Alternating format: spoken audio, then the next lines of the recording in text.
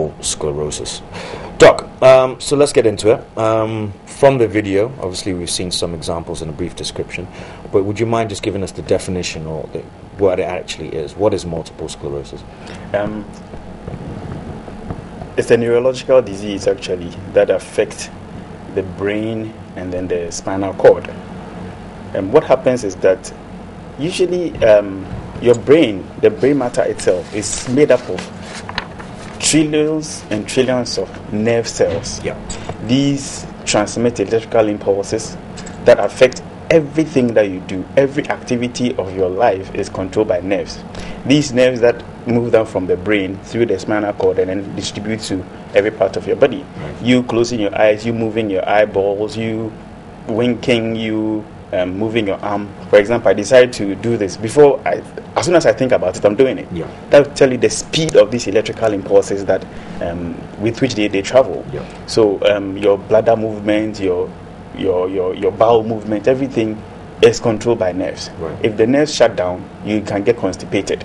So constipation can only be about, maybe you said I've not eaten enough fiber, I've been eating too much bread. Yeah. You can do everything right, but if the nerves that will cause contraction of your bowels to go on doesn't work, you cannot possibly pass through. We might call that paralytic ileus, or your bladder that is supposed to void the urine. If the nerves don't cause it or send signals that contract and move the urine out, the bladder becomes neurogenic. It may not be able to contract.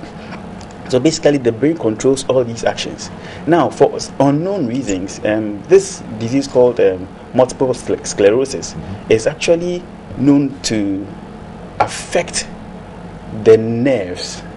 You know, the nerve is like an electrical wire with the insulator around it. Right. You know, you have an insulation, and then it comes in bits and pieces. We call them the axons, different axons. So it goes like that, along the whole line. Now, there are certain cells, inflammatory cells or immune cells, that unfortunately, for those people who are predisposed to this, they have these T cells or immune system cells attacking their own brain or their nerve cells, assuming these inflammatory immune cells see these brain cells or these nerve cells as foreign agents, like as if they are bacteria that we need to attack and solve a problem. Yeah. So we call that an autoimmune disease, your own immune system fighting against you. Like somebody who has asthma, for example. They get exposed to a foreign, they smell something, and then the body begins to produce certain things to go and attack that thing. That's and then it gives the person a problem. So in the case of multiple sclerosis too, these immune mediators end up, in quotes, chewing the insulators around the nerve, or the fat layers that insulate the nerve. They end up chewing them, and these things that are supposed to help in the transmission of electrical impulses to different parts of your body, when they get affected, depending on where they are affected, it will affect the part of your body that nerves supplies, or that next works on. It would be a case. So, for instance, if these they've started attacking the nerves and they're chewing away at this myelin that's covering the nerves. So, for instance, me usually even going like this, if these were the nerves that had been chewed away, then it would take maybe slightly longer for me to for the brain to register with the hand. And that's where the delay comes. Beautiful. Yeah. Actually, when the first person who discovered this is called a man called Charcot. He's a French pathologist, and he gave something called the Charcot triad. Okay, where he realized that people come with nystagmus. You know, that like the eyeball, one is dancing, it jerks like that. It jerks. The eyeball itself, not the eyelid. Yeah. You see somebody's eyelid, the eyeball just jerks, and then maybe the person has intention tremor. He attempts to pick something up and then the hand will be shaking. This time not because the person is alcoholic or has delirium tremens or anything. There's a delay in the signals. Exactly. And then the person probably has speech problems. The talking is not coming well as supposed to. So it's like taking a remote control and covering the front. That's right. Where you press a button. Exactly. Because of these immune cells that have affected the nerve cells or the myelin sheath. And the word sclerosis actually means, it's a medical term that ordinarily we will call scars. So it's like they go and chew the myelin sheath, and then the myelin tries to heal again and form scars. Right. So it's multiple scars all over in the brain, all over on the nerve cells, distributing all over. So depending on where they chew, then scars form. Okay. They try to remyelinate, or the myelin sheath, demyelination, and then I try to heal again. And sometimes the attacks will come again. So it's like doubt and episodes that keep coming. So it's a real big battle with your body against itself. Yeah. Wow. Yeah. Okay, let's talk about symptoms. How do we see, the usual symptoms are the shaky hands and maybe loss of use of certain limbs. But how can we actually see the symptoms coming out before they actually get fully done? The interesting thing is that because there is a neural or neurological problem, it may give symptoms that may mimic something else. So, somebody can just have tremors like that. You'd be having tremors on the fingers or in the fingers on the hands, and you might probably think of something else. So you might go ask, are you alcoholic? Do you do this? Maybe or you lack vitamins or something. It can take you there. So there is nothing like same symptoms happening, but in general, the commonest symptoms are that once the brain tissues or the brain nerves are affected, it's going to affect the person's sometimes memory loss would be there.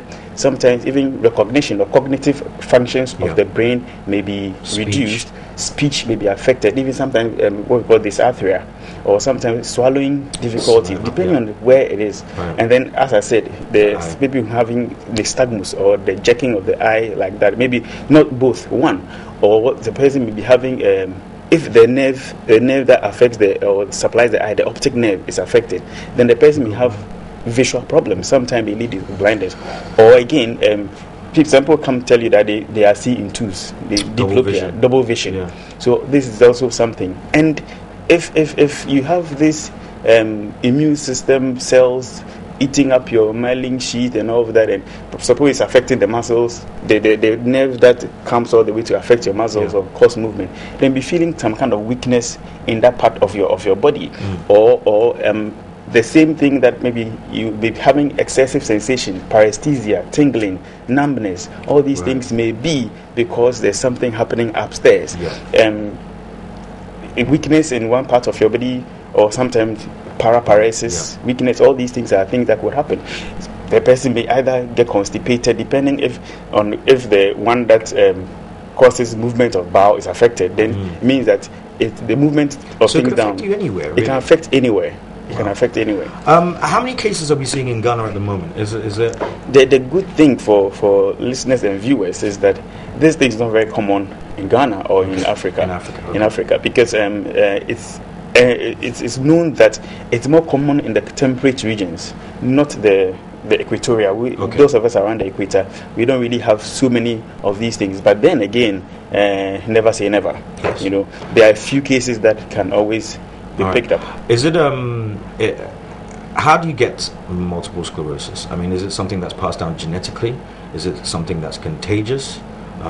What brings on the actual ailment? So as I said, the cause is unknown.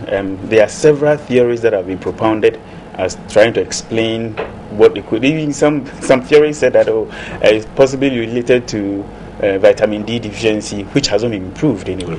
Okay. Genetic, a little relationship with genetics. Okay.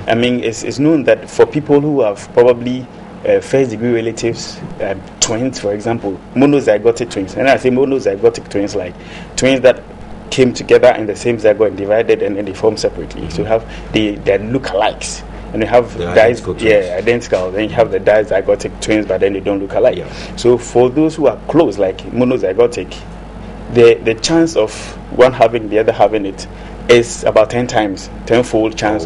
So for very close relatives who if there's somebody in the family and they are that close, chances are that somebody else could also have it in the family. Okay. But it's not contagious, as in from person to person, as in by contacting, like physical contact with somebody. It's not like infectious disease, like it's breathe into the air and you also breathe and then you get it. It's not like Ebola. It's not like Ebola. It's not. And can it be fatal? To some extent, rarely, but depending on the extent of damage, depending on the recurrence of the attacks. Could it get to the extent where you have organ failure? It could get to the extent where you can even be paralyzed if it's that extensive. Yeah. It can, but again, it's rare because like with treatment and things, people are giving treatment so that at least it gives them an improved lifestyle. Occasionally, it can result in death if, for example, it's going to affect certain centers of the brain, that the brain stem that controls respiration, that controls breathing, for example. If it's hardly hit, then it can compromise your breathing, and then that could lead to shortness of breath, and if interventions are not made, it could lead to death as well. Okay. Pregnancies. With people or females who have multiple sclerosis, what are the chances of getting pregnant, and can they, go full term and deliver? Multiple sclerosis is known to be twice as common in women than men. Okay. So a woman can have multiple sclerosis. It in no way prevents her from getting pregnant. Okay. There are people who don't have multiple sclerosis and they still have problems getting pregnant. Yes. So a woman who may have multiple sclerosis, for me, I think can be pregnant. What we will be concerned about is the effect of the multiple sclerosis on the pregnancy, right, or the effect of the pregnancy on the multiple sclerosis. Right. For some people, if suppose a woman is pregnant and has multiple sclerosis, probably that will give her some maybe problems of carrying the baby to term. Or for somebody to be pregnant and have multiple sclerosis, and the pregnancy, because of all these hormonal upheavals, could make the multiple sclerosis worse, because having more frequent bouts of attack, etc. So that's how I would look at it. Okay. And is there an age limit? I mean, can you get it from birth, or is it something that's developed later on in life? A few people, chances of a child having multiple sclerosis is just minimal. 0.001% or so. It's very good. Usually it's commoner from people in the age from 15 to 20 to about maximum 60 years. A few people may be beyond 60 and may have it, but usually it's between these active ages of 20 to 60 years. And again, females more preponderant than males. Okay. All right, Doc, we need to wrap up. So, I mean, what's the advice that you'd give to anybody that's actually going through? I mean, obviously there are maybe families out there right now who have family members who may have multiple sclerosis. What's the advice that you would give them? Yeah, if you're having diagnosis of such a thing, it's difficult initially because there's no cure for multiple sclerosis, because it's your own immune system fighting against itself. But the time that you have acute attacks, see your doctor. Sometimes they give you some steroids that suppress the immune attacks. There are other forms of treatment like interference, different types of interference that can be used to mellow the attacks. And again, sometimes the person, depending on what the person is going through, the person may need psychological counseling to sort of live with multiple sclerosis. How do you live with it? You may need a psychologist. Sometimes you even need a physiotherapy, depending on the weakness that you feel. Or you need all that. So it's when you have the understanding that this is an autoimmune, my body fighting against myself, then you take your medications as and when you have an attack or you have attacks.